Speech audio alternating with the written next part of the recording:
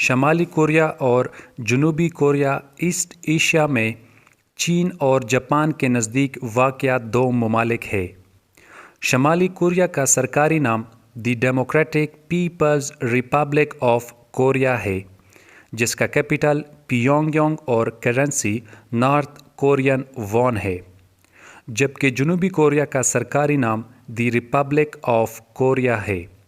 جنوبی کوریا کا capital civil جبکہ کرنسی ساؤتھ کورین وون ہے۔ شمالی کوریا اور جنوبی کوریا کی آزادی اور تقسیم تقریباً 70 سال پہلے ہوئی۔ اس تقسیم سے پہلے کوریا چین اور جاپان کے ساتھ ایک متحدہ جزیرہ نما ملک تھا، جس کے تینوں اطراف پانی اور ایک طرف خشکی تھا۔ اس جزیرہ نما ملک میں ایک ہی زبان اور کلچر کے لوگ تھے، جو کئی صدی تک ایک بادشاہی نظام کے تحت ان پر حکمرانی ہوتی رہی۔ بادشاہی نظام کی طرز پر حکمرانی کا یہ سلسلہ تقریباً 1910 تک چلتا رہا، اور شمالی اور جنوبی کوریا اسی نظام کے تحت متحد رہے۔ پہلی جنگ عظیم کے دوران جاپان نے کوریا پر قبضہ کر لیا، اور اسی طرح کوریا 1945 تک جاپان کے زیر اثر رہا۔ دوسری جنگ عظیم کے بعد جب 1945 میں جاپان کو شکست ہوئی تو کوریا کو بھی دو حصوں میں تقسیم ہونا پڑا۔ دراصل کوریا کی یہ تقسیم اس وقت کے دو پاور سوویت یونین USSR یعنی روس اور یونائٹڈ اسٹیٹس یعنی امریکہ کے درمیان تھی۔ کوریا کا ایک حصہ روس کے زیر اثر رہا، جبکہ دوسرا حصہ امریکہ۔ اسی طرح کوریا کے شمالی حصے پر روس کا قبضہ ہو گیا، کیونکہ کوریا کا شمالی حصہ چین کے نزدیک تھا، جہاں کمیونزم یعنی اشتراکیت رائج تھی۔ اسی لیے تقریباً اگلے 3 سال تک روس نے شمالی کوریا میں کمیونسٹ اشتراکیت کی حکومت قائم کی، جبکہ کوریا کا دوسرا حصہ یعنی جنوبی کوریا امریکہ کے قبضے میں آ گیا۔ اسی لیے جنوبی کوریا میں کیپٹلزم یعنی سرمایہ دارانہ نظام قائم کیا گیا۔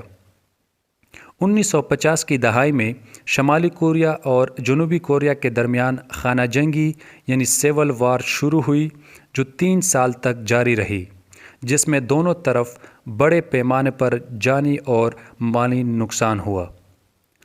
1953 میں جنگ کے خاتمے کے بعد کوریا کے دونوں حصوں کے درمیان ایک ڈی ملٹرائزڈ زون قائم کیا گیا، اور اسی طرح کوریا 2 حصوں یعنی شمالی کوریا اور جنوبی کوریا میں علیحدہ اور تقسیم ہوا۔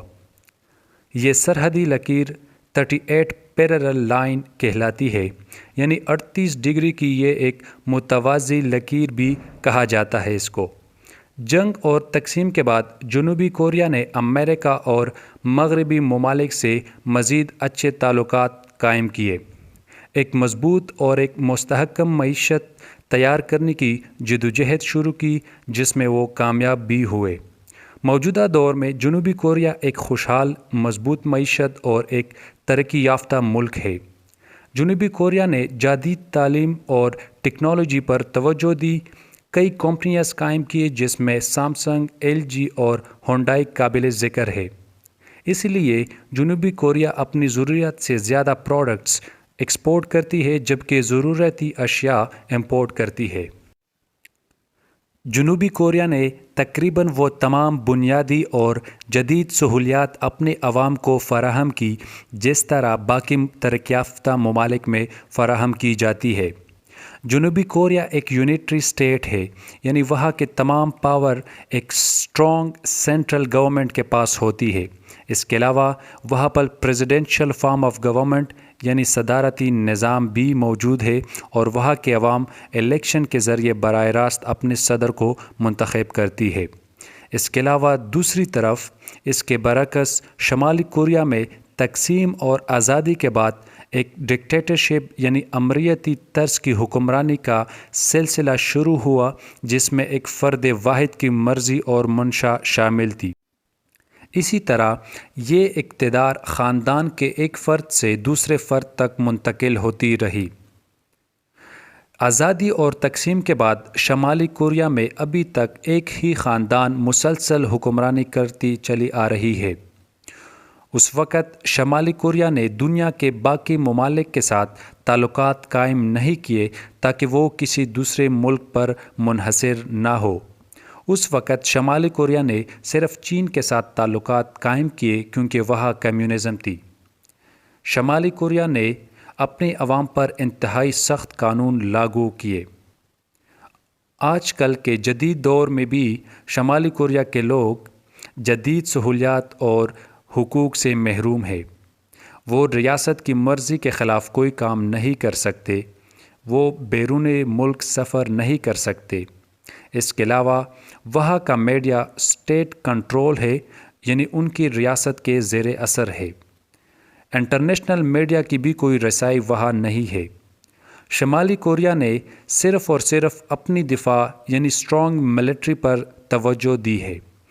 اسی لیے شمالی کوریا کی بجٹ کا زیادہ تر حصہ صرف اور صرف ملٹری پر ہی ایکسپینڈ ہوتی ہے۔ اسی وجہ سے شمالی کوریا کی دفاع کے لیے ایک اسٹرانگ ملٹری ایگزسٹ کرتی ہے۔